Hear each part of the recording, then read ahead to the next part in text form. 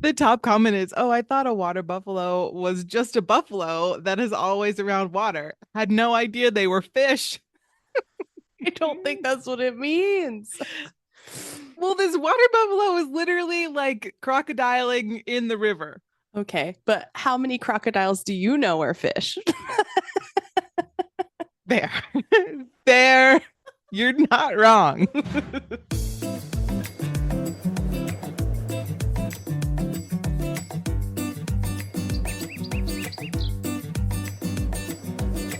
Hello, everyone, and welcome to the show. I'm Blair.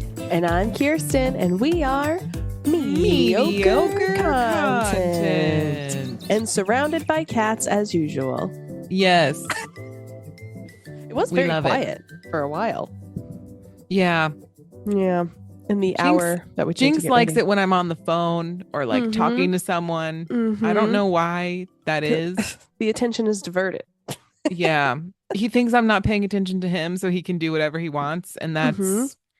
it's not true. It's not true. Are you sure? I will say my mom's like, it's like having a toddler because like Yeah. every time I got on the phone when you guys were kids, Mm-hmm.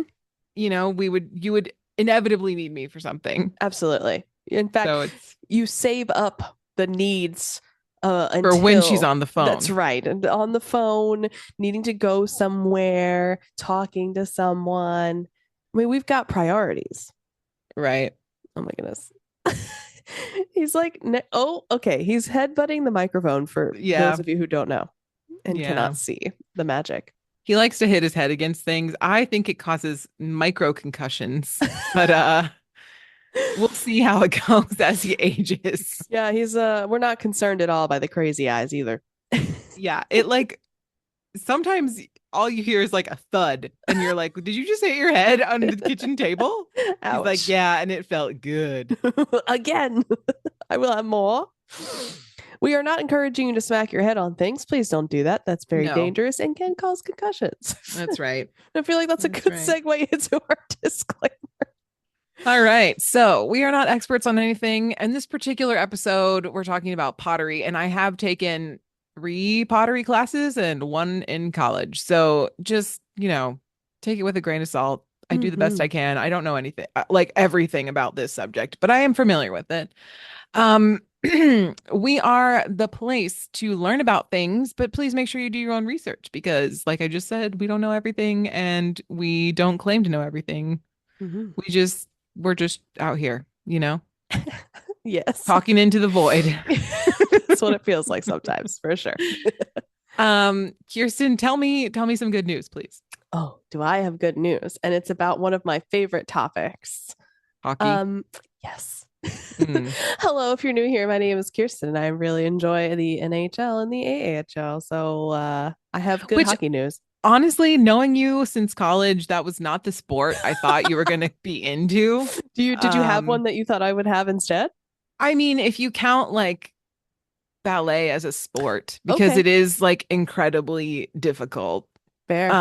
But like as a nationally recognized sport, Sure. I think if I had to pick one for you, Mm,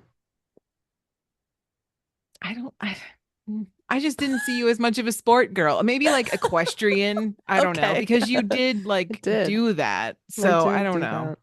I do like equestrian material and I do follow a lot of ballets, but for some Yeah. reason, the absolute violence and speed that is hockey has She craves violence, I guys. crave violence. It's just something about it. I That's don't fair. know. Yeah. All right. I can't ice skate, so that's also very impressive. Yeah, neither can I. I have ice skated, but it's never gone Oh great. yeah, I have skated on ice. I don't know if I've ice skated. That's fair. Yep, that's correct. Okay, all right. So hockey is great. We've got the season going on right now, and we have some good news coming out of this previous October where word broke that the owner of the NHL team representing the Tampa Bay Lightning, which is in Florida, in Tampa, Florida, was selling up. Millions were coming his way through a pair of money managers from New York set to take over during the next 3 years, and the affair seemed like business as usual. However, Lightning owner Jeff Vinnick is anything but usual, and in an email that was both a surprise and not a surprise, he informed the 300 full time employees of the Jeff Vinnick Sports Group that they would be sharing his profits. And if you don't know, owners of pretty much any sport league or sport team, they make quite a bit of money, even after taxes. Yes. 20 million, for example, in farewell bonuses would be split between them, depending on conditions currently unreported, but the email stipulated that the minimum amount would be 50,000 US dollars. Wow. Yeah. This is not the first time Vinnick has opened his bank account for the sake of others either, with GNN reporting all the way back in 2011 that he had donated 10 million to deserving community heroes and charity partners in the Tampa Bay area. It's amazing. Very nice. Joe Romano at the Tampa Bay Times got an exclusive interview with Bryce Boys after the news of the sale, and the email disclosing the bonuses made it to the press. At the time of Vinnick's takeover, the Bolts were nearly insolvency and were losing both on and off the ice. It was during the 2008 financial crisis when Florida was one of the hardest hit states. The GM recounted a conversation he had with Vinnick first bought the franchise when nearing bankruptcy, losing connections with fans, and managing one of the worst records in the NHL. Vinnick saw an opportunity to do some good. In the wake of the worst hurricane season to hit Florida in recent times, what wouldn't someone do to have $50,000? You know, I mean, So true. yeah. Specifically, we're talking about Hurricane Helene. The Amalie Arena was used as a collection point during the first two home games, with fans encouraged to bring in non-perishable foods, cleaning and baby supplies, hygiene products, and other household necessities to donate to victims of the hurricane. The collections have been completed and, of course, donated to Feeding Tampa Bay, Metropolitan Ministries, and the University Area Community Development Corporation, which is a mouthful. The Lightning Foundation also donated $2 million to these relief efforts. So if you are not a Tampa Bay Lightning fan for whatever reason, maybe you should be, because they do a lot of charity work and are really helping to support and assist their community. So yeah, very cool. Go team. Anyway, on a less serious note, the next one I titled Hungry, Hungry Space Hole. So you're welcome. Yikes. It is both space news and not suggestive, unfortunately. It's actually just kind of horrifying. A team of U.S. National Science Foundation astronomers have discovered a supermassive black hole at the center of an early galaxy. Wait. Yes. Cue Yes. the song by Muse, the lightning scene, the baseball scene from Twilight. Okay. Come on. No, sorry. no. Supermassive black hole. Okay. I want the ha ha ha. That's not the same song, but anyway. It's fine. Anyway, if you've seen the Twilight movie, you understand what we're talking about. Anyway, go ahead. You can't ever talk about black holes without a little bit of a giggle anyway. But they found one in an early galaxy. This is 1.5 billion years after the Big Bang, not the show, the event, that is consuming matter at a phenomenal rate. Indeed, the black hole appears to be consuming matter at over 40 times the theoretical limit that we have established for whatever reason. According to data specifically from the James Webb Telescope, which we have talked about, as well as the Chandra X-ray Observatory, which I don't know if we've actually talked about on this podcast or not. We have talked a lot of space, though. The black hole's extreme feast could help astronomers at the NOR lab explain how supermassive black holes grew so quickly in the early universe. Supermassive black holes exist at the center of most galaxies, and modern telescopes continue to observe them at surprisingly early times in the universe's evolution. It's difficult to understand how these were able to grow so big so rapidly. However, now we have valuable new insights into the mechanisms because of discovering this new one. LID-568 was discovered by a team led by International Gemini Observatory and in conglomeration with NSF NOR Lab. astronomer Hyewan Su, who examined a sample of galaxies from the Chandra Cosmos Legacy Survey. If you want to know more about that, definitely just look up Chandra Cosmos Legacy Survey. The galaxies are very bright in the X ray part of the spectrum, but are invisible in the optical and near infrared. The James Webb Telescope's unique infrared sensitivity allows it to detect these faint counterpart emissions, which is why you need both.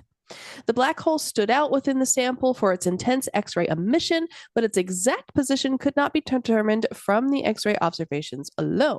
So rather than using traditional slit spectroscopy, my lord, scientists suggested that Su's team use the integral field spectrograph on the James Webb Telescope.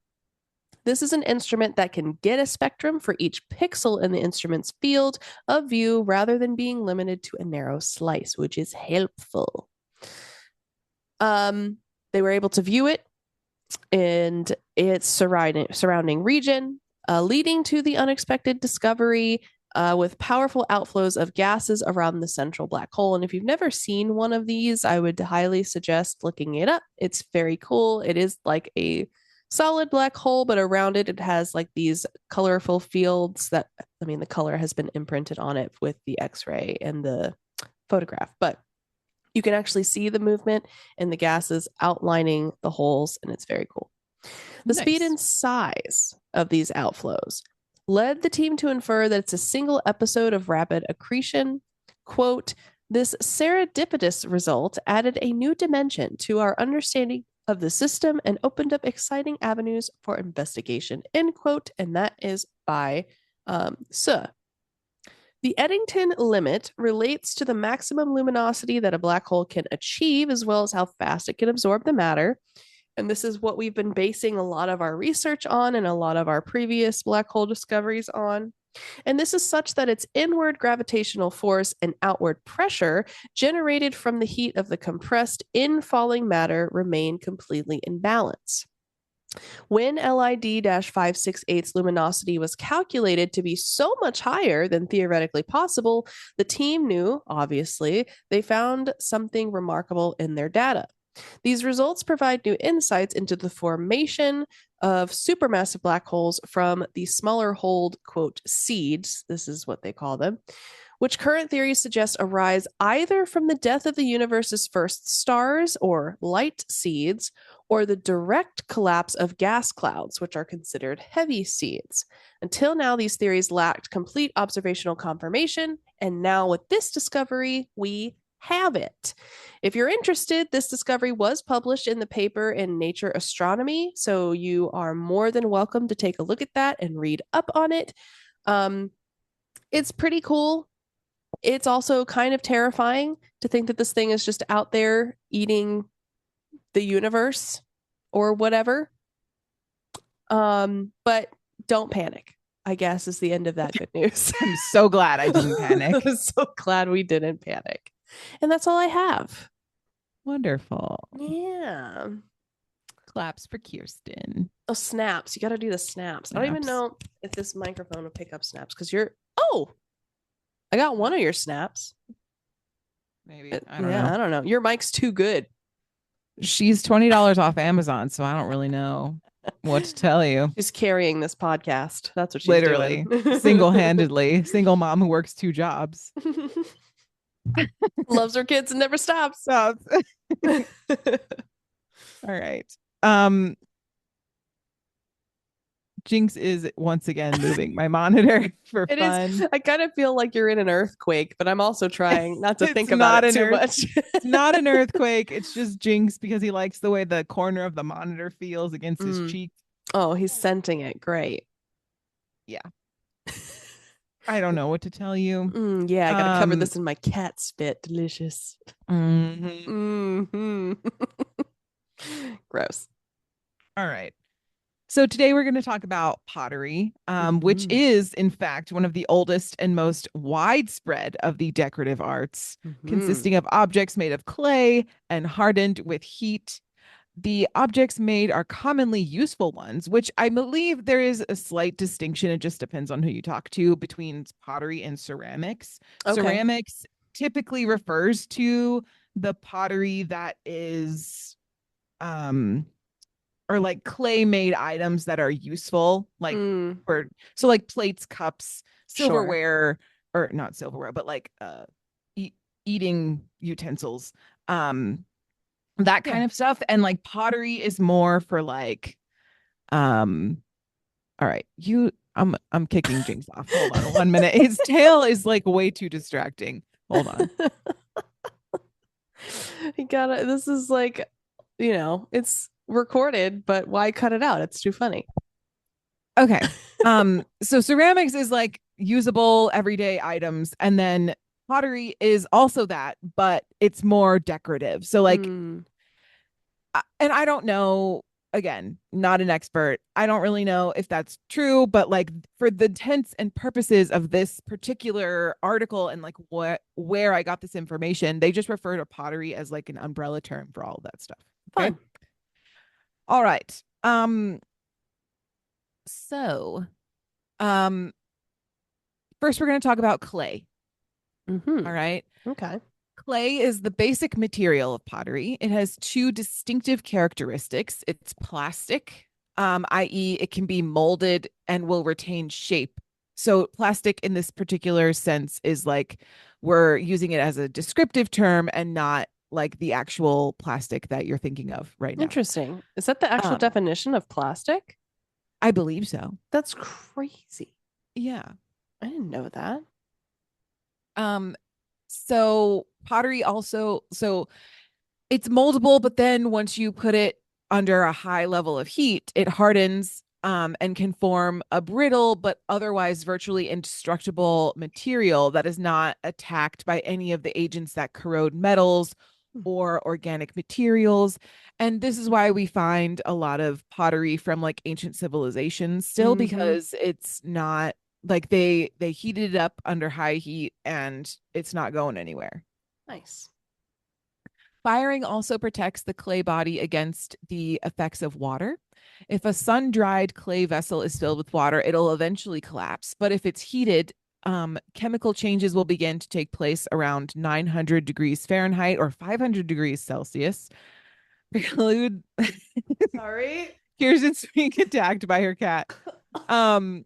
Preclude a return to the plastic state, no matter how much water is later in contact with it. Clay is a refractory substance. It will vitrify only at temperatures of about 2,900 degrees Fahrenheit or 1,600 um, degrees Celsius. If it's mixed with a substance that will vitrify at a lower temperature, the mixture will is subjected to heat of this order. Um, and the clay will hold the object in shape while the other substance vitrifies. This forms a non porous opaque body known as stoneware. When feldspar or soapstone is added to the clay and exposed to a temperature of 2000 to 2,650 degrees Fahrenheit, the product becomes translucent and is known as porcelain. In this section, earthenware is used to denote all pottery substances that are not vitrified and therefore slightly porous and coarser than vitrified materials. Okay. Nice. Okay. Okay. So the line of demarcation between the two classes. So you have earthenware and you have your like porcelain, Mm-hmm. basically. Mm-hmm.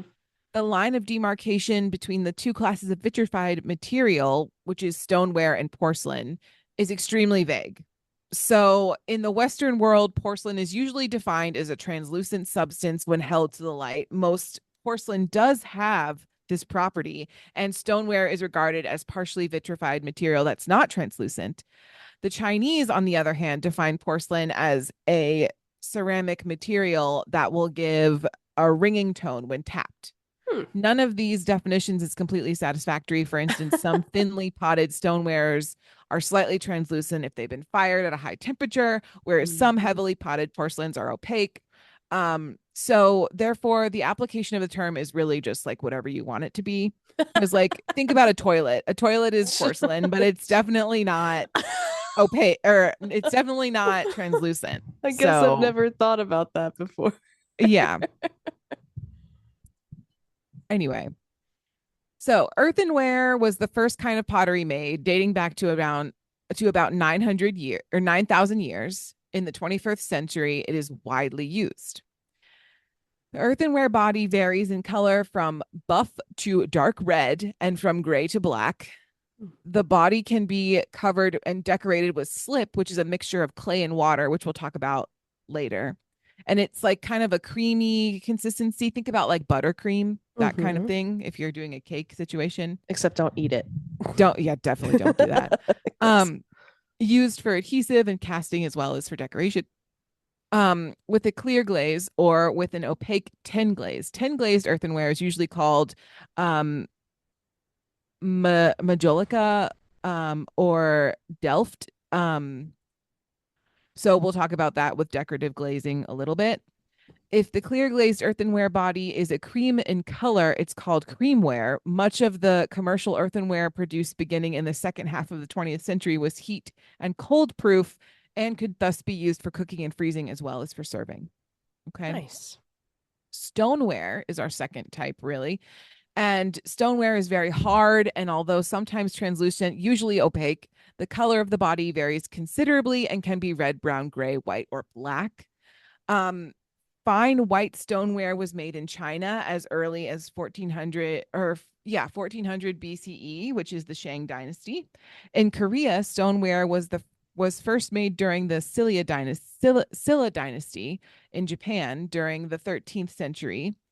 The first production of stoneware in Europe was in 16th century Germany. When tea was first imported to Europe from China in the 17th century, each chest was accompanied by a red stoneware pot by made at the Yixing kilns in Jiang, Jiangsu in the Jiangsu province.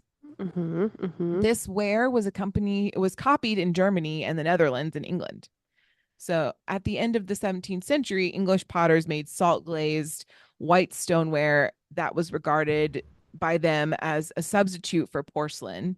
In the 18th century, the Englishman Josiah Wedgwood made a black stoneware called basalts, and a white stoneware colored with metallic oxides called jasper.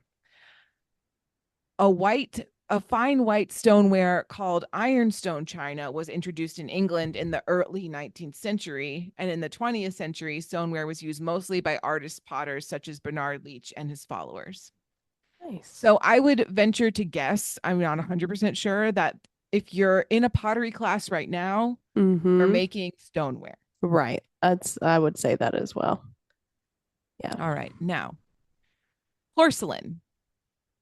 The Chinese are very famous for this. Mm-hmm. So it started Mm-hmm. there during the Tang dynasty in between 1618 and 9 girl. Words. This cat. All right, where was I? Calls him girl is actually boy. I'm sorry. That's I great. misgendered my cat. No, it's fine. And It's fine. Lynx is also trying desperately to sit on my chest, and so he just kept rubbing his face on the microphone and pushing it into my mouth. It just kind of, you know. Look at this. Look at this right now. Sir, please. He is just laying across her desk as if he is the mat underneath. Right.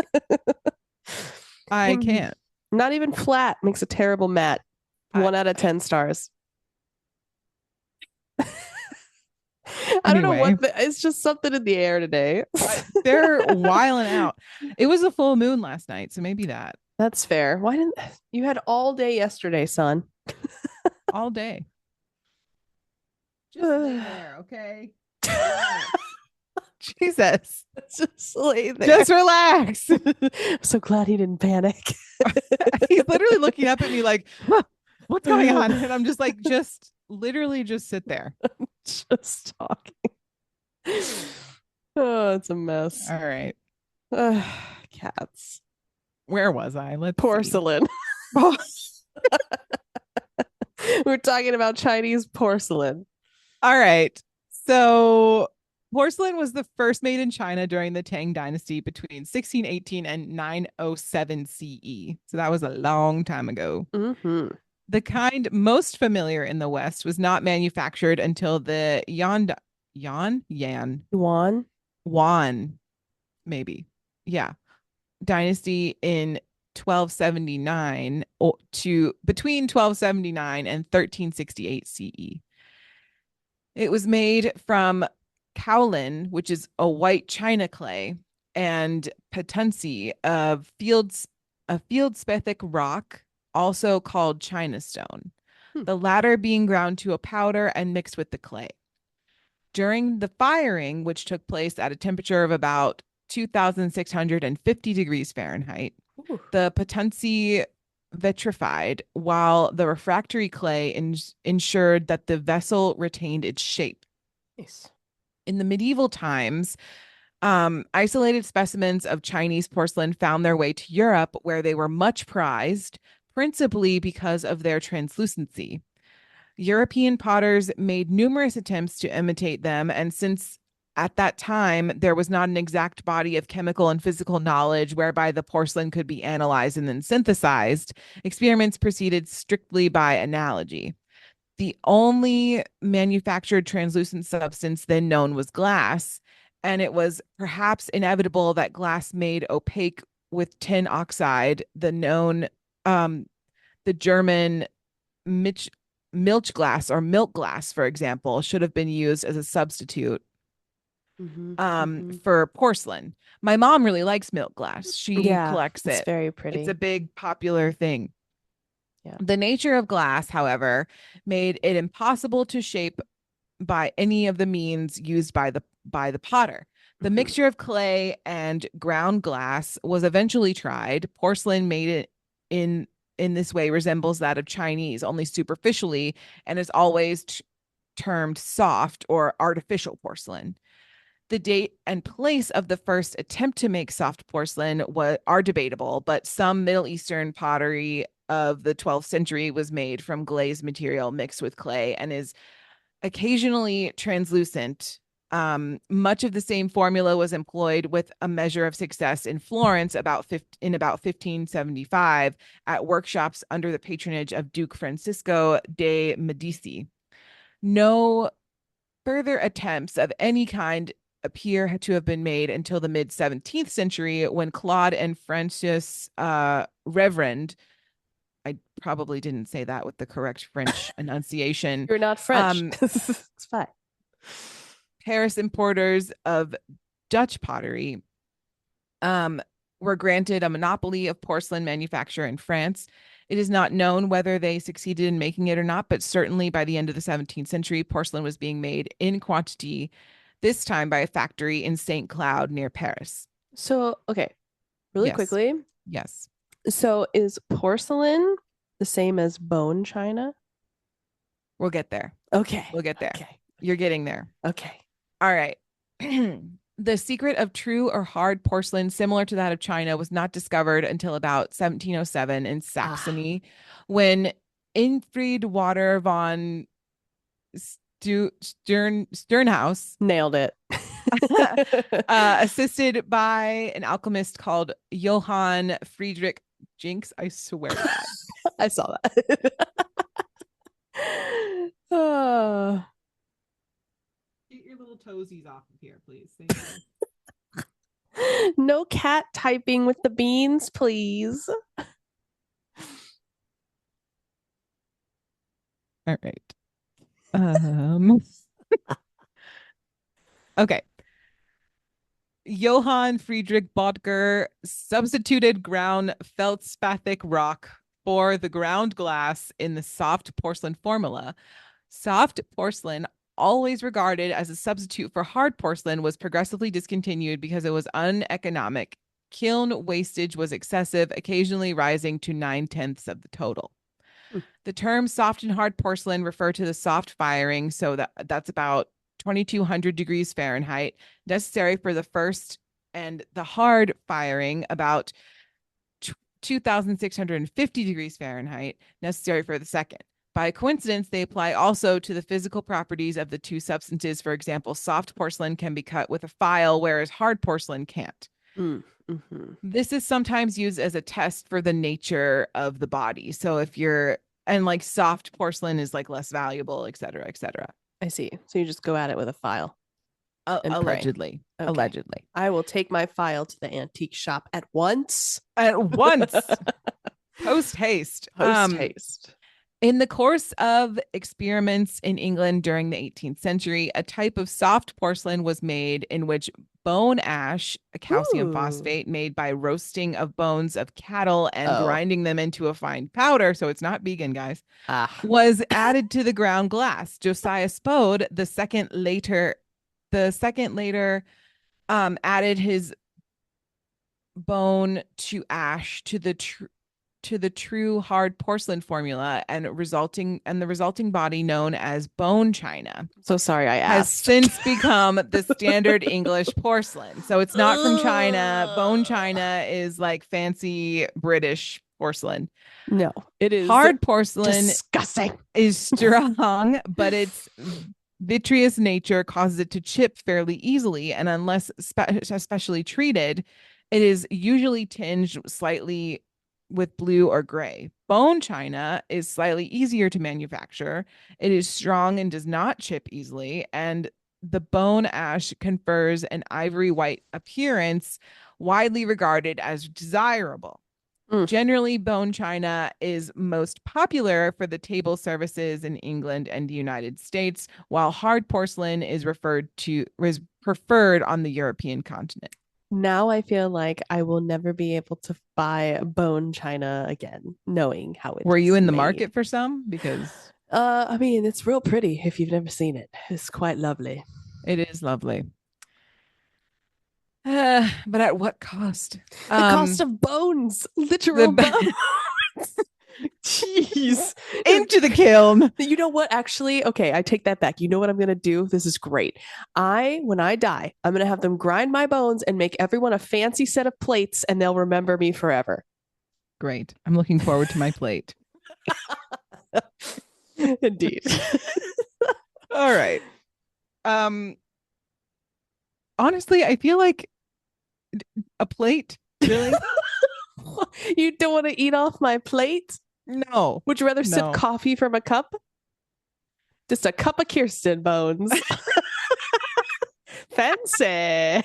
Pinkies out only, please. I mean, I feel like there's somebody who probably does that. Okay, But again, a it bowl? wouldn't be so like the bone. Well, Mm, no. yeah. Okay. Are we looking for? Okay. You know what? Just send me your request of what vessel you would prefer. I feel like And you should make me like a hair clippy thing. a hair clip, Yeah. girl. I don't want to eat off of you. That's all I'm saying. I could make you a vase. A vase would be nice. I would be so pretty with flowers in my head. You really would. You really would. All right, fine. You get a vase, but I'm gonna make my brother eat off the plate. I think that's reasonable. I think so. Honestly. That's Yeah. right. I paid for this, and it's weird. Enjoy, Chris. All right. So now we're going to talk a little bit, now that we know the history of the china, Mm-hmm. not and the bone china and Horrifying. the regular pottery and the Mm. stoneware, etc. Mm-hmm. We're going to talk a little bit about like how we do this. Okay. Okay. And there are many, I'm going to preface this by saying there are many different styles of how to do pottery. Mm-hmm. And there's also two major types of pottery. One is wheel throwing, which I like the best. And then others is like hand building. Okay. Mm-hmm. I think we're going to mostly be talking about wheel throwing in this particular section. Mm-hmm. So yeah, but there's many different styles. There's many ways, as they say, there are many ways to skin a cat. But you know, you hear that, Lynx? literally, Jinx is sitting right in front of me. So don't get your panties in a bunch about like the styles that they talk about in this article, because you can throw pottery however you want, like whatever shape makes you feel great. Okay. I mean, look, I know we just talked about grinding my bones into a vase, but you don't got to bring my panties into this. I understand. We're friends though. It's fine. True. All right. So raw clay consists primarily of true clay particles and undecomposed feldspar mixed with other components of indigenous rocks from which it was derived. Usually appreciable quantities of quartz and small quantities of mica iron oxides and other substances. Okay, so this is what's fun about pottery is that like wherever the person Mm-hmm. was, you can tell because that's the Mm-hmm. kind of soil and clay that was in the ground at the time. Okay, Smart. we like it. Mm-hmm. Um, the composition and thus behavior and plasticity of clays from different sources are therefore slightly different, except for coarse earthenwares, which can be made from clay as it is found in the earth. Pottery is made from special clays plus other materials mixed to achieve the desired results. The mixture is called the clay body or the batch. Okay. Mm. To prepare the batch, the ingredients are combined with water to and reduced to the desired degree of fineness, and this and surplus of water is then removed. Okay. Nice. And then you add water back as you like shape the clay in order to Mm-hmm. move it in the way that you want. Okay. Makes sense. All right, so shaping the clay. The earliest vessels were modeled by hand using the finger and the thumb, a method employed still by the Japanese to make raku tea bowls. Have Did you I say seen that those right? videos? I think so. I haven't. It's I need to so look at them. it's so cool. They use like hammers and little paddles and things. It's beautiful. It's Oh, very that's lovely. awesome. Yeah. Flat slabs of clay luted together Mm-hmm. using clay slip as an adhesive were employed to make square or oblong vessels, and the slabs could be formed into a cylinder and provided with a flat base by the same means. Coiled pottery was an early development. Um, Long rolls of clay were coiled in a circle, layer upon layer, until the approximate shape had been attained. The walls of the vessel were then finished by scraping and smoothing. Some remarkably fine pottery, early pots were made in this way. Okay, so Nice. they did a lot of hand building originally, That right? makes Because they didn't sense. have any way to have like the electricity for a wheel to spin around. Fair Okay. enough. It is impossible to say when the potter's wheel, which was a difficult tool and needs a long apprenticeship, uh, debatable, was introduced. A pot cannot be made by hand modeling or coiling without the potters either turning it or moving it around, and turning involves the least expenditure of human effort. It would obviously be preferred. The Mm-hmm. development of slow or hand-turned wheel was an adjunct to pottery manufacture, led eventually to introduction of the kick wheel rotated by foot, which became the potter's principal tool. The potter throws the clay into a rapidly rotating disc and shapes his pot by manipulating it with both hands. This is a considerable feat of manual dexterity and leads to much greater exactness and symmetry of form. Perhaps the most skillful of all potters have been the Chinese. Hmm. Excellent examples of their virtuosity are the double gourd vases made from the 16th century onward, which were turned into separate sections and afterwards joined together by the 18th century. The wheel was no longer necessarily turned by the potter's foot, but by small boys. Oh, wow. And since the Okay. 19th century, the motive power had been mechanical. Electrical power was common in the 20th century, but many artisans continued to prefer foot. Um, Child labor. I Like it. I think electrical is probably the best in my Yeah. opinion. Yeah, Nice. It's probably that's the only one easier. I've used. I've never used a manual Oh, foot really? power one Okay. before. Yeah. I mean, electric being like they have the Mm-hmm. foot pedal, but you like plug it into a wall, you know. Sure. Sure. You're not like mechanically pressing down to make it spin like, Correct. yeah. Correct. But I mean you do press the foot pedal, but it's powered. You don't have to Right. continuously press it. It's like a gas accelerator, you Right. know. Right. Yeah. Um, Jollying or jiggering is a mechanical adaptation of wheel throwing and is used where mass production or duplication of the same shape, particularly cups and plates, is Mm. required. The jolly or jigger was introduced during the 18th century. It is similar to the wheel in appearance, except that the head consists of plaster mold shaped like the inside Hmm. of the object, such as a plate, and as it revolves, the interior of the plate is shaped by pressing the clay against the head, while the exterior, including the foot ring, is shaped by a profile, Hmm. which is a flat piece of metal cut into the contour of the underside of the plate, brought into contact with the clay. Machines that make both cups and plates automatically on this principle were introduced in the 20th century. Small parts such as cup handles are made separately by pressing clay into molds and are subsequently attached to the vessel by luting. Nice. One of the earliest methods of shaping clay was molding. Pots were also made by smearing clay around the inside of a basket or Hmm. coarsely woven sack. The matrix was consumed during firing, leaving the finished pot with the impression of the weave of the on the exterior. A more advanced method used by the Greeks and others is to press the pottery body into molds of fired clay.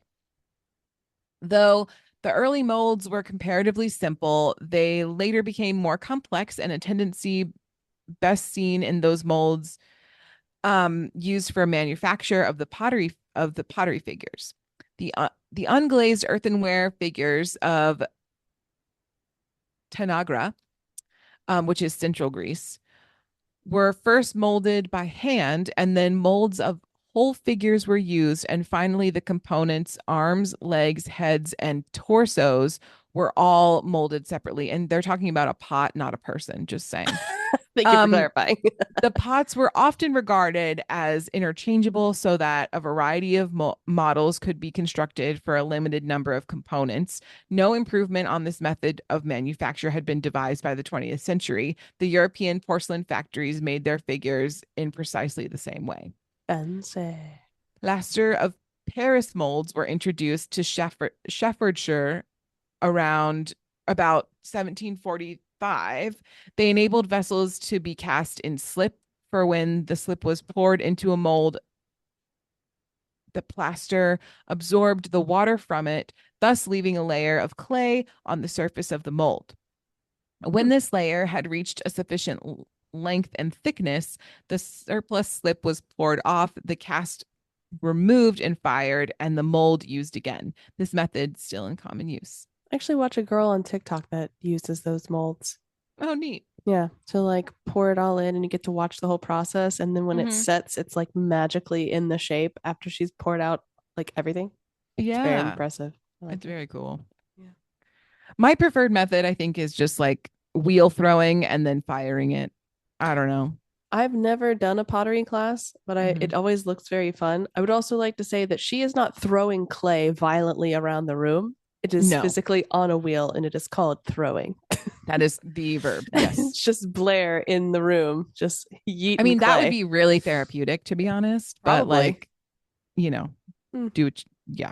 Anyway, so we're going to take a little break and we're going to talk about fire and how Woo. we do that and decorating after this. So fun. This ad is an actual ad. However, we will still not be benefiting from this. This is an ad for our Twitch stream. You can watch us do a live podcast every other Thursday. Come hang out and interact with us and maybe catch a Pokemon or two. And maybe, just maybe, learn something. But honestly, the chances are slim. Catch us on Twitch at 6 p.m. EST or 3 p.m. PST, or a different time in a different time zone that is not in the United States. We would love to chat with you and definitely let us know if you are an OG audio listener. Now, back to the regular audio pre recorded podcast. Cheers!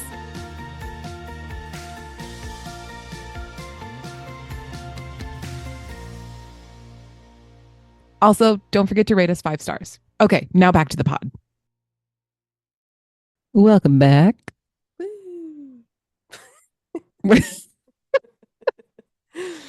It's like a welcome. The thing is, sometimes we talk in between, but sometimes we literally take a break, have a snack, pee our pants, and then we come back. Right. Yeah. So it's Change like, said pants, obviously. oh, oh. Well, then I might need Well, a if we're second break. peeing our pants, we need to change them afterwards, right? Oh, all right. Well, Yeah. thanks for telling me now. Anyway, Oh, okay. All right. pottery. So we're gonna talk about firing. To do that, Mm-hmm. So you throw, like, let's say you have your wheel, you Mm-hmm. make your pot. Mm-hmm. I'm not going to go through the steps of that because like it's really hard to explain in an audio format. And I feel like it would just be better if you took a pottery class and just had a little cozy hobby for the winter. But anyway, Mm-hmm. um, do what you want. Um, so to get to the point of firing, you have to let your clay dry for a little bit. Mhm. Um, so you can't just go straight from throwing the pottery on the wheel and then like sticking it in the kiln because there's too much water and then your pot will explode. Fun. So just keep that in mind. Um, so newly shaped articles were formerly allowed to dry slowly in the atmosphere, and in the 20th century pottery factories, this stage was sped up by the introduction of automatic dryers, Mm. often in the form of hot, dry tunnels, which the wear passes on a conveyor belt. Now, I have never used one of these. This is like from a manufacturing standpoint, I'm pretty Makes sure. sense. Yeah. Um, if you're just making your own pottery, like in a class or in your garage or like whatever it is, you usually just let them chill for a couple of days. Mm-hmm. Um, and then you do something called trimming, which is the process of finishing the greenware, which is unfired pottery. Fair. Okay. Um, Sure. after it is dried to a leather hardness. So dry enough to where when you pick it up, you don't make any fingerprints, Mm. but like still soft. So you have to Mm-hmm. be careful. The technique is used to smooth and finish the foot rings. So when you take it off of the depending on how good you are, right? Sure. When you take it off of the wheel, typically the underside, if you want to make like a pretty little foot ring around, Mm-hmm. or if you want to just clean up the extra pottery around or trim it so it's not as heavy, Mm-hmm. Mm-hmm. then you would trim it on the wheel. So you turn your pot upside down and you just work on the underside. Um, Again, easier to do than to be explained in audio format. Fair enough. Um, but it's usually done on a potter's wheel, like we said. And usually there is like um a tool that you use to like trim the outside. Sure. Okay.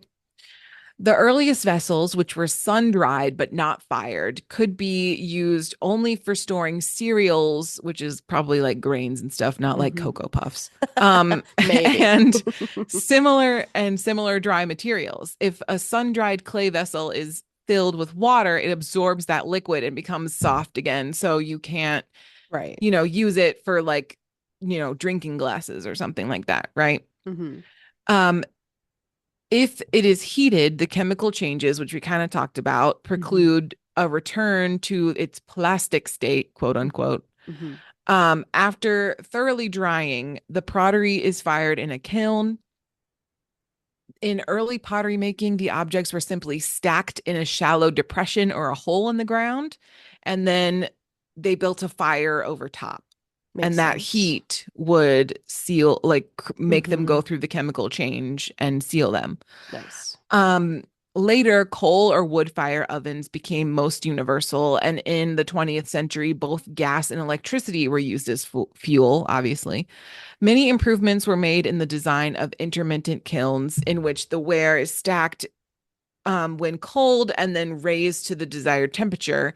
These kilns were extravagant of fuel, however, and were awkward to fill or empty if they didn't have time to cool completely. Mm-hmm. So this was also very time consuming. For sure. So, for these reasons, they were replaced by continuous kilns, the most economical and successful of which was the tunnel kiln.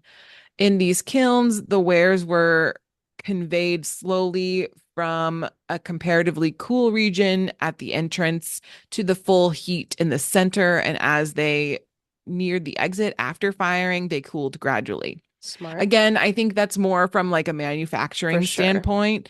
Yeah. The type of kilns that you would see like in a regular pottery class are ones that are more like electric Mm-hmm. based, where it's totally cool. Yeah. And then you put your pieces in, you let it fire, Mm-hmm. and it takes like a certain amount of time. Mm-hmm.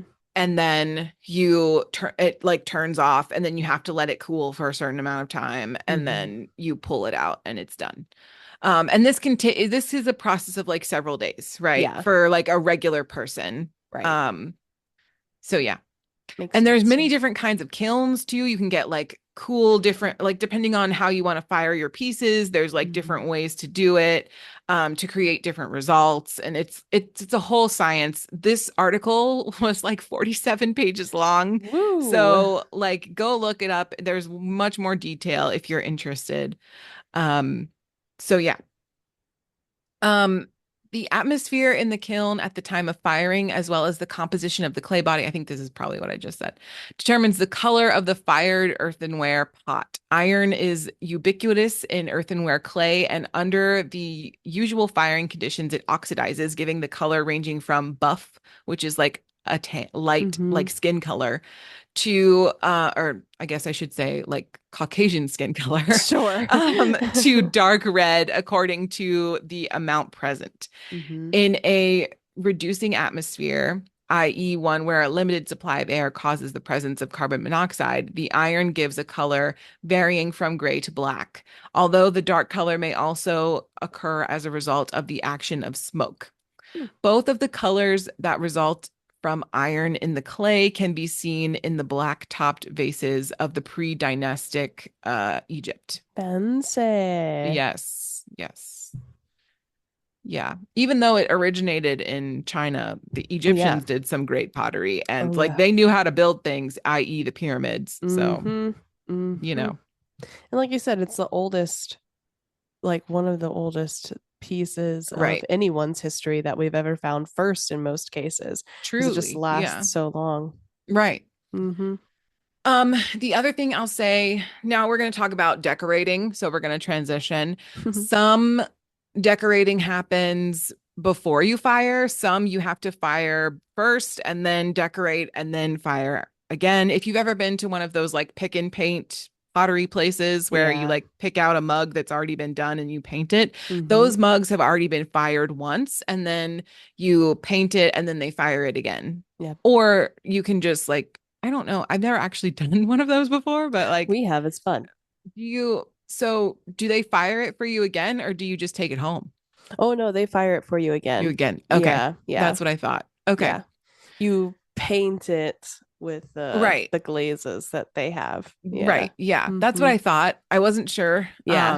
They Okay. had it at like, I don't know if they still do. I know they have like the candle things because everybody wants to do like the candle dipping and stuff like that. Oh But yeah. they actually had it at Busch Gardens. I don't know if Really? yeah, I don't know if they Oh still wait, they do. did in like the country Yeah. area, like where the log flume was. Yes, Yeah. exactly. Because I have a Mm-hmm. unicorn that I did Yeah. like from that time frame. Just yeah. So Yeah. yeah, We I don't know if never they did still do that, but it, I but remember wanting to. oh Yeah. yeah, it was very fun. And it was also, I think that day it ended up raining. So it was also perfect for my mom to be like, do something. Yeah. Like, get out of my hair for 2 minutes. That's right. Fair enough. Cool. Okay, so the first decorating type we're going to talk about is impressing and stamping. So even the earliest pottery was usually embellished in one way or another. One of the earliest methods of decoration was to make an impression in the raw clay. So this would happen before you fire it, obviously. Hmm. Finger marks were sometimes used as well as impressions from rope, or from a beater bound with straw. Hmm. Um, basket work patterns were also found on pots molded over baskets, which is cool. Yeah. And are sometimes imitated on pots made by other methods. So, And yeah, and if you're stamping your name or mhm, like your mark, that's mhm. probably also where this happens. Yes, yeah. And usually potters will Hmm. sign on the bottom either with like a tool or they have like a Hmm. stamp already pre-made. Hmm. The second type is applique, which is the addition of separately molded decoration. So, um, applied ornament, I guess, is another way to say it, such as knobs, or like the reliefs on Wedgwood jasperware, Hmm. came somewhat later. So the earliest known examples are found on Mediterranean pottery made at the beginning of the first millennium.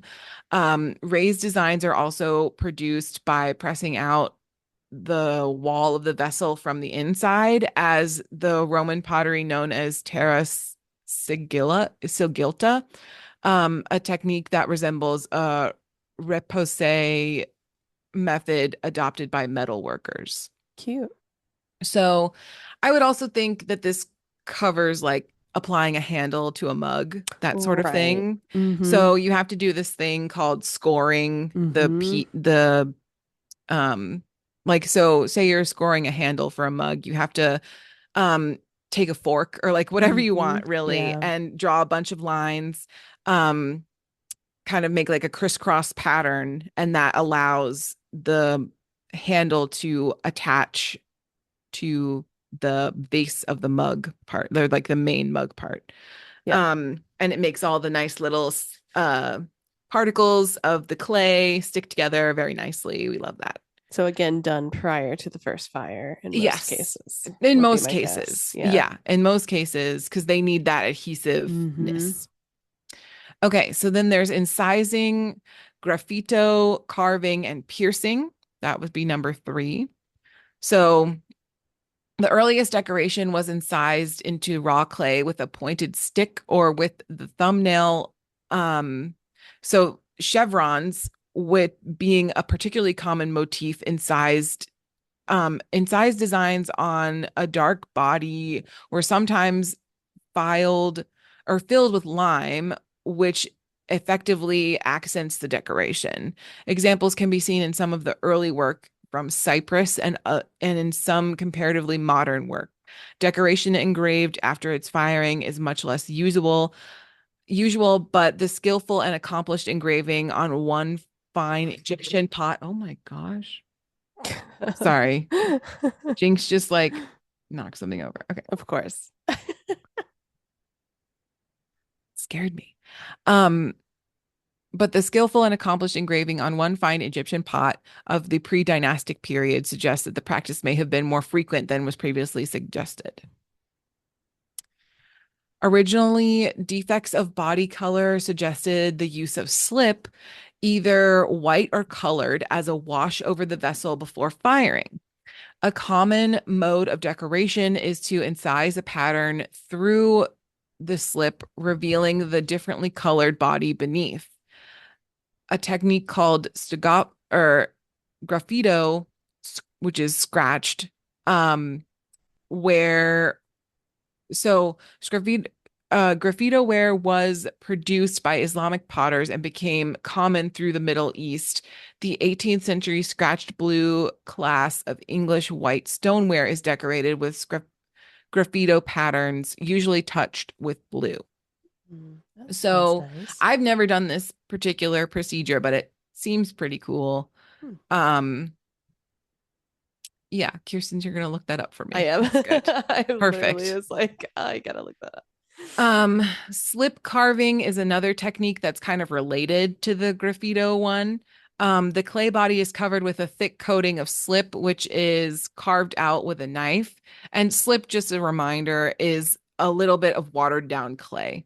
So it's kind of, and like you can make it thicker to create little designs like with the slip, or you can use it more of like a glaze situation.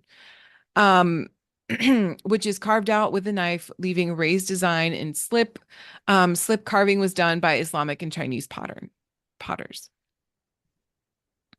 It is very unique in its design and like Yeah, how it's done. Like this sgraffito, or it's very like if you're looking at other pottery, it's very obvious what which kind of ones are style it which? is. Yeah. Yeah, cool. Yeah. Um, so we're going to talk a little bit more about slip decorating, because it is a major way to decorate your pot.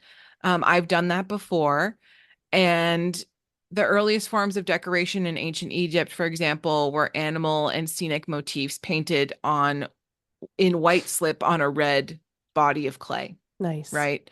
And in the North American Indian cultures, and this also happens pre-firing, by the way. Mm-hmm. Mm-hmm. In North American Indian cultures, colored slips provided the material for much of the painted freehand decoration. Slip too is sometimes dotted and trailed in much the same way as confectioner decorates a cake with icing sugar. Mm. Um, the English slipwares of the 17th and 18th century are typical of this kind of work. Earthenware washed over with a white slip and covered with colorless glaze is sometimes difficult to distinguish from ware covered with a tin glaze. In consequence, it has sometimes been wrongly called faience, which is the term for French earthenware covered with a transparent glaze. Ah. And in Germany, it's called Steingut, um, which is and Mezza Maiolica, which is Italy, and Halib or Haib, faience refer to slip-covered earthenware with incised decoration. So there's many words for like all of these kinds of Which styles. shows how vast it is, Yes. I would say. Yes. Yep. Mhm. Um, So, slip is also used for combed wares. The marbled effect on Chinese pottery of the Tang Dynasty, for example, was sometimes achieved by mingling with a comb slips of contrasting colors after they have been put on the pot. The Koreans use slip for their buchejang inlay technique, which the Japanese called mishima. So everybody again has like a different name for all of these things. Mhm. The designs were first incised into clay, and the incisions were then filled with black and white slip. Perfect. Nice. Okay. Burnishing and polishing. When the clay used in early pottery was exceptionally fine, it was sometimes polished or burnished after firing. Such pottery dating back to 6500 and 2000 BCE has been excavated in Turkey and Banshan Cemetery in Gansu Province, China. Wow. Most Inca pottery is red polished as well. Nice. That's cool. Um, Decorative glazing. So this is, I think, typical of what you would see at like a pottery show. I mean, Mm. or that kind of thing.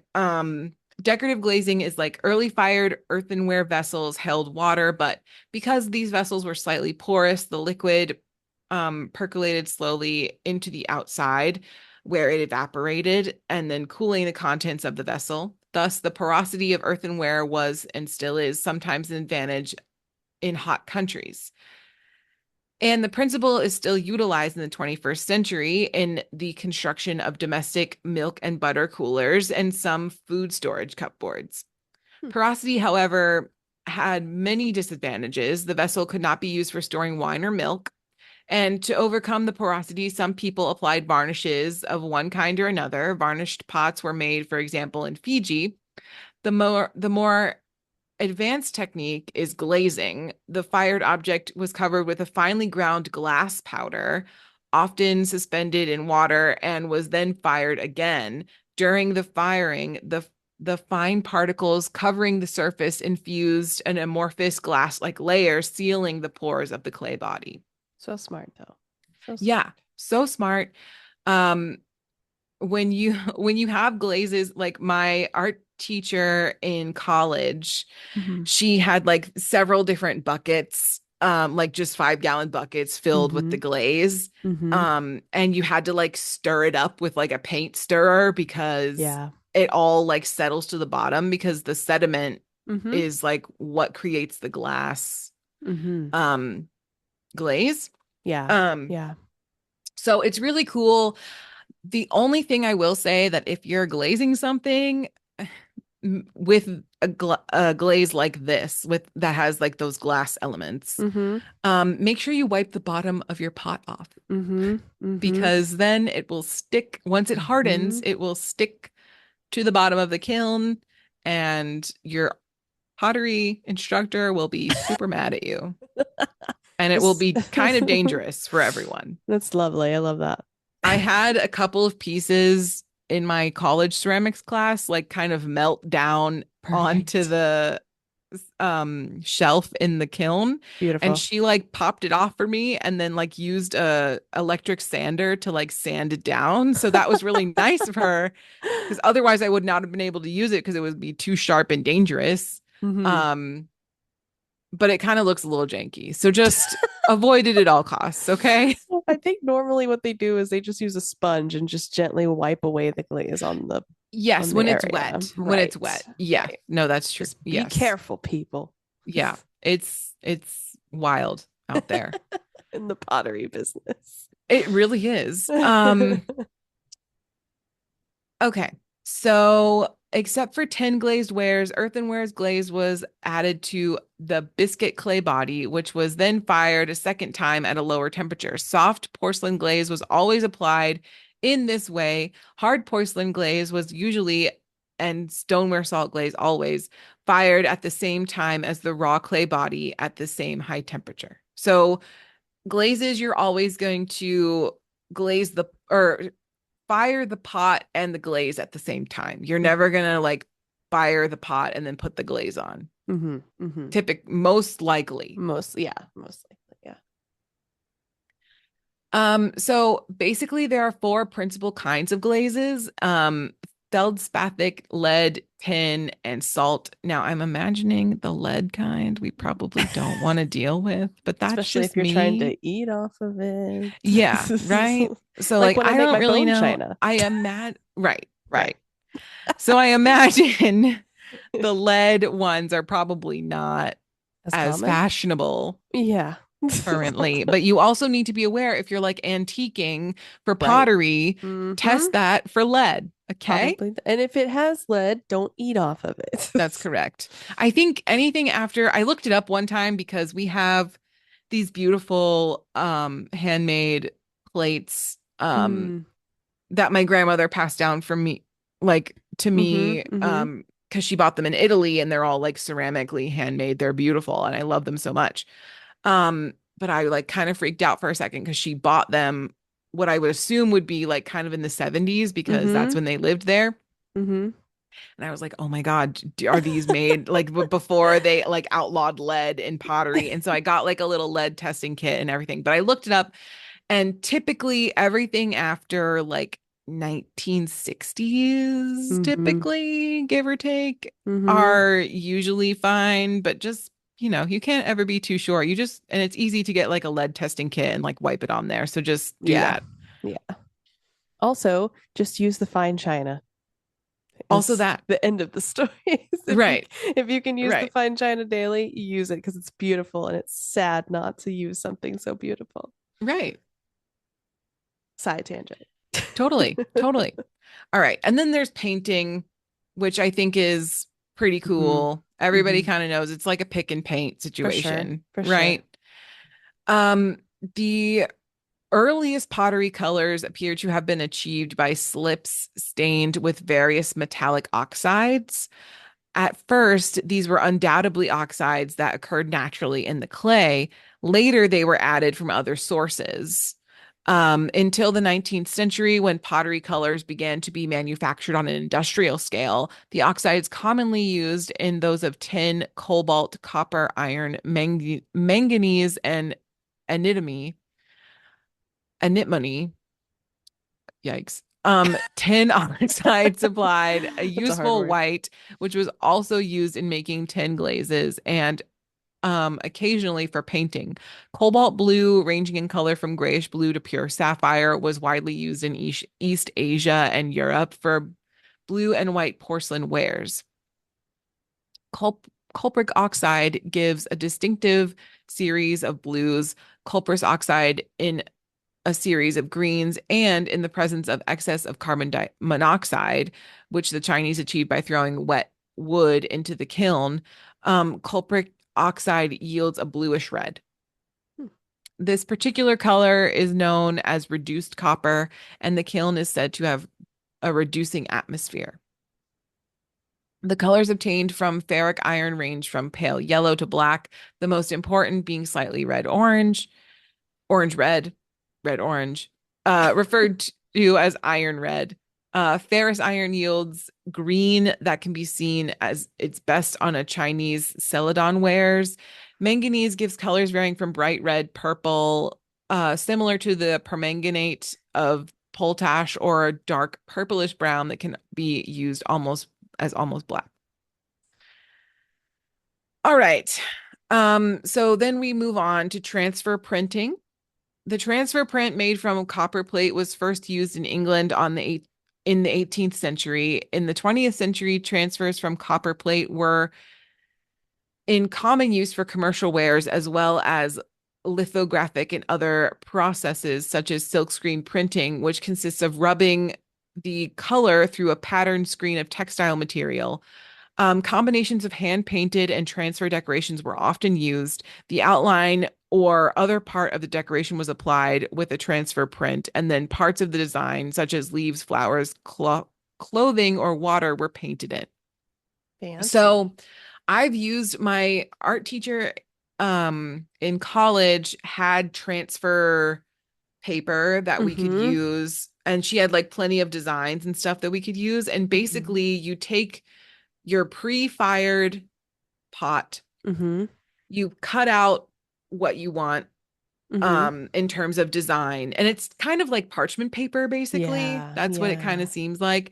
You put it in the pot, and then you take your wet sponge and you just dab dab dab dab dab, and then you pull it off. It's like doing a temporary tattoo, kind of. Yeah. Except for um pots.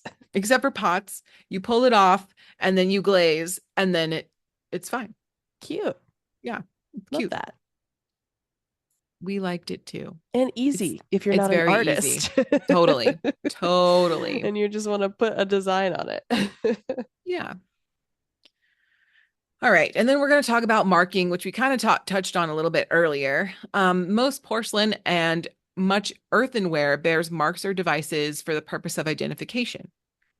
Stonewares, apart from those of Wedgwood, are not so often marked. Chinese porcelain marks usually record the dynasty and the name of the emperor, but great caution is necessary before accepting them at their face value. In the past, Chinese vendors frequently used the mark of an earlier reign as a sign of Mhm. veneration or the products of antiquity, and occasionally for financial gain. Mhm. The majority of European factories adopted a device, for example, the well-known crossed swords of Messian taken from the electoral arms of Saxony, or the royal monogram on Sèvres porcelain. Sure. But these also cannot be regarded as a guarantee of authenticity. Not only are the false marks added to contemporary forgeries, but the smaller 18th century factories often copied the marks of the more august competitors. If 18th century European porcelain is signed with the artist's name, it generally means that the painting was done outside the factory. Permission to sign factory work was rarely given. I mean, this is just the start of fraud. That's Literally. really what this Well, and is. it's the same thing as art, right? You have Yeah. to like authenticate the Mm-hmm. art. And usually you can do that by Mm-hmm. noticing little discrepancies, looking at the signature, et cetera, Yeah. right? And looking at the piece itself to try and figure out how old it actually is compared to Totally. when that person was around to sign it. Exactly. Yeah. Exactly. So, as a final note, pottery making is not universal. It is rarely Mm-hmm. found among nomadic tribes, since potters must live within reach of their raw materials. Moreover, if there are gourds, skins, and similar natural materials that can be made into vessels without trouble, there's no incentive to make pottery in the ancient world, right? Yet pottery making is one of the most widespread and oldest of the crafts. It also makes sense in terms of like nomadic is some of them outside of function were obviously used as art. And if you're Mm, nomadic, you don't have a lot of room to carry a bunch of random art that you've right. made. Well, and even like from a practical standpoint, if you're making Mm-hmm. bowls and stuff, like they didn't have the Mm-hmm. firing methods necessarily to Mm-mm. like make it sustainable. So they would Right. just break, and then you wasted all your time like Yep. making this bowl, you know? Compared to materials that were available. Like you said, the gourds, skins that can, Yeah. repress oils and water, Right. keep things long. Yeah, it's less time consuming, to core out a gourd than it is to spend a week on a pot, I guess. Totally. Yeah. But it is very cool how widespread Yeah. it is I think as a so too. craft. I think it kind of like it's one of those arts that like kind of brings us together as like a Yeah. humanity, I feel, because if you don't make pottery, you can definitely benefit or have benefited from Mhm. pottery in your life or used it, you know? And I like the functionality of a lot of it. I mean, not Yeah, all of it. Obviously, sculpture and all that is different, but like for sure. that was one of my main reasons for getting into pottery is like I just like the functionality of it. No, it's very cool. It could be both. It could be one or the other. It's Yeah, very versatile, and everyone's benefited from it because every civilization has had it and had some way to eat off of it as well in most true. cases. So Yeah, we've all come from somewhere, And exactly. stay tuned for my line of bone china made from yours truly. Can you imagine? That's our Oh merch. I God. just pass away, and now all the MCP merch is just my bone china. Enjoy. That's ridiculous. And I think Tyler would have none of it, honestly. Like that would be like if like say that I outlived you and like I'm like Tyler, this is her dying wish and he'd be like absolutely not. I'm gonna put She's it in my will. crazy. No. I'm going to have to carry out your bone china wish now. Thank you You so are. much. My femur will go to my brother. My forearm shall go to you. You can have both Mm, forearms if you want. great. Forearm Yeah. base. That's what I've always wanted. I mean, it's kind of cute. It is kind of cute. I'm gonna give I'm gonna give my ribs to Tyler. I think that's reasonable. I think so too. It's like the Yeah. torso. It's what keeps y'all together, Yeah. Yeah, it's Solid. around your heart. Yeah. Solid torso bones. Yeah. Anyway, I'm not an expert Get on your bones. tail out of my yogurt. Jesus Christ. Okay. Ah. I think that's it for today. Yeah, that needs to be it. I'm done. I'm not an expert on bone china or tail yogurt or pottery, but that's all fine because you probably aren't either, and you probably have questions, comments, most likely concerns, or episode topics for the future. You can send all of that stuff to us via email, mediocrecontentpodcast@gmail.com as usual, or slide over into our DMs on social via Instagram and TikTok at the exact same handle. We don't make it complicated because we're uncomplicated. And it was easy enough just to have the same handle for everything. Also, rate us 5 stars wherever you listen to podcasts. We appreciate you listening to our podcast, and we will see you next week. This has been Mediocre Content. Thanks so much for listening. Cheers! Cheers.